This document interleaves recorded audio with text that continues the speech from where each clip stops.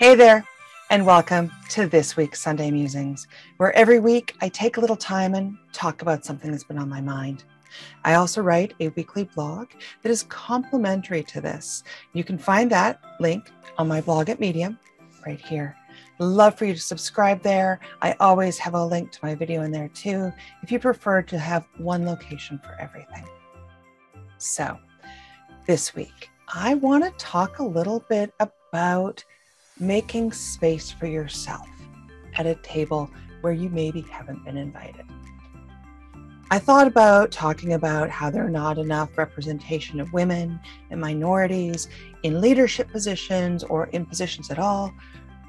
And while that's getting better, and there's a lot of reasons around it, I think I've talked about that before and others have. And instead today, I want to talk about a way for you to take charge of your destiny. And just as Shirley Chisholm said, if they don't give you a seat at the table, bring a folding chair and sit down anyhow. It's really important if you are passionate about something, if it means a lot to you, and you are not invited to something where you feel you could contribute, for you to take a little bit of responsibility for helping yourself. There are many different phrases in our culture and in our society that talk about God helps those who help themselves. If you wait for something to happen, you could be waiting a really long time. And sometimes you get really lucky and fortune favors you and things happen. But more often than that, fortune favors the brave. And if you are brave and you take that chance and you grab your folding chair and you walk up to the door and you invite yourself to the table where you think that you really do belong and where you can contribute, that's a victory for you. I think that we need to take responsibility and invite ourselves where maybe we aren't already there.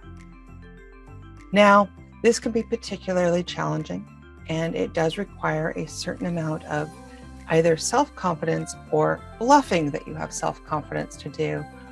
But I think that if you are passionate, it's important to do that. There may be some that see you as aggressive or just too pushy. You don't belong. And we've all heard different slurs around that, where you see one person do something and they're treated with respect for doing it. And you, as a woman or a person of color, do that exact same thing with the same energy and holding the same space, and you're told you're too pushy, you're too aggressive, you're just not professional. I think if you go into situations with a genuine sense of curiosity and a passion for what you're doing, and you buckle down and you do those things that you want to before you're necessarily given an opportunity. Or if you see an opportunity, you pick it and you take it rather than waiting for somebody to hand it to you on a silver platter. I think that makes for change. Change is never going to be comfortable for you or for those around you. Change is hard.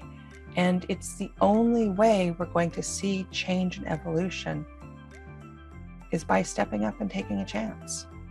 There's a few things that I want to talk about that might make it easier, or at least a little more supportive to you.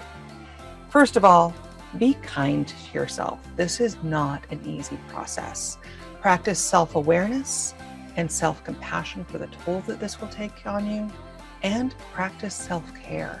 Take time just for you to bolster yourself so that you can take this step forward, which is very likely outside of your comfort zone.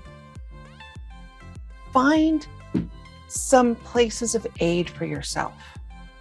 A safe place where you can go and rest and feel supported and relaxed when you need to regroup.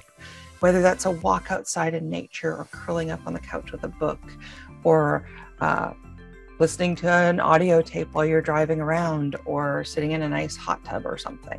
Whatever allows you to feel nurtured and for you to regroup, find that space. and make time for it. Schedule it if you need to. Surround yourself by friends and allies that are going to support you. They can be your cheerleading squad. They are going to be the ones who encourage you, listen, and cheer you on no matter what. They believe in you. And sometimes when you're having a hard time believing in yourself, you can borrow their belief to move forward. Find an outlet for stress. Change and being an agent of change is incredibly stressful, whether that's mad cleaning or walking or exercise or whatever you do to release stress. In school, I had a friend that used to find old cracked dishes, and instead of throwing them away, she'd put them in a box. And when she just needed to let go, she'd find a place where she could take that glass and throw it and smash it. And with that, she could let all of that frustration and anger out in one satisfying tinkle of glass. Figure out a visual that you can call on when you close your eyes. When I feel flustered or stressed, one of the tools that I like to use is to take a deep breath, close my eyes, and release the breath. And part of that is releasing stress and coming back to a place of calm, or trying. But the other part is there's a quick visual that I play in my mind. I actually have a series of them for different situations, but they are something to me that represents what I need in that moment. Maybe it's a visual of where I want to be at the end. Maybe it's a visual of my safe place, but I have something that I project depending on what I need in that moment. Having a mantra you can whisper under your breath or play in your back of your mind. It could be a mantra for calming. It could be one to energize you or to motivate you. But having something that you can use to get you in that right mindset in the moment can be very helpful. And nobody needs to hear what it is. It could be a shortened version where you only have time for 3 words, and those 3 words represent what you want: calm, dignity, empathy, or whatever yours might be. Finally, whatever your goal is, think about it less of a final destination than a direction you're going to head in, and be open to what might happen along the path. But as you set that goal or that direction, also be willing to set a series of small accomplishments that you can check off and feel good about as you head in the direction. And if your direction changes, revisit those steps and those micro accomplishments so that you can still feel good, because sometimes we all pick a destination or a goal that's so far off that it's not tangible and it's hard to feel like you're making progress.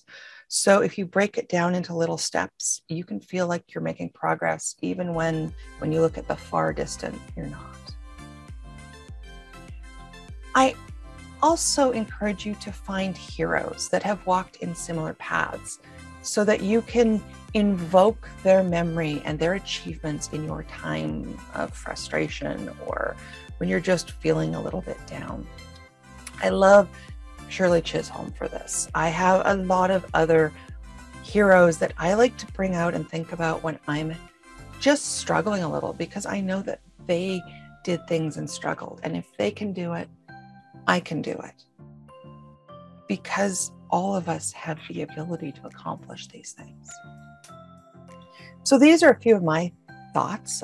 If there's something you've really wanted and just never felt like you had an invitation to participate, maybe it's time for you to start a new adventure. I'd love to hear about it. Reach out to me. Link to my calendars at the end of the video. And until next week, I'll see you soon.